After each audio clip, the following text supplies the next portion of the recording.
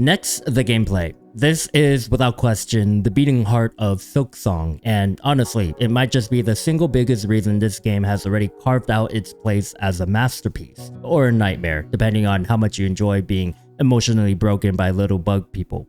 Hornet's playstyle is completely different from the knights in the first Hollow Knight, where the knight felt deliberate, almost methodical. Hornet is quick and agile. She darts across the screen, chaining movements together with a speed that makes combat feel more dynamic and also more punishing if you screw up. Now, agility is only the beginning. Silksong introduces crest, upgrades that don't just tweak stats, but fundamentally change how you play. Early on, we start with the Hunter's Crest, which comes with its awkward diagonal down attack.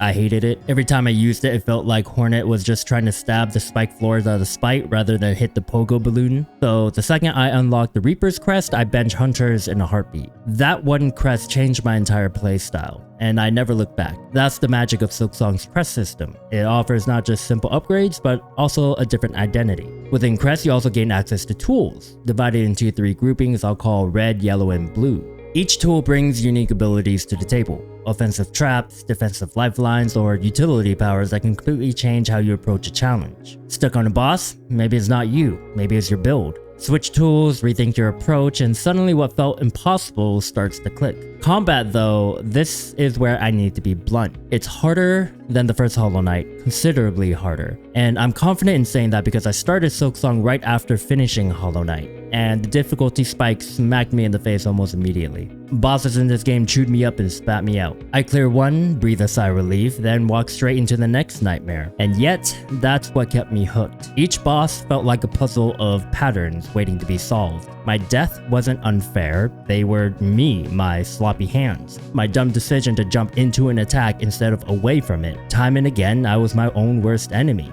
But let's talk about the real villain of Silksong, runbacks. If you ever played Tough as Nails games, you know the pain. Dying to a boss is one thing.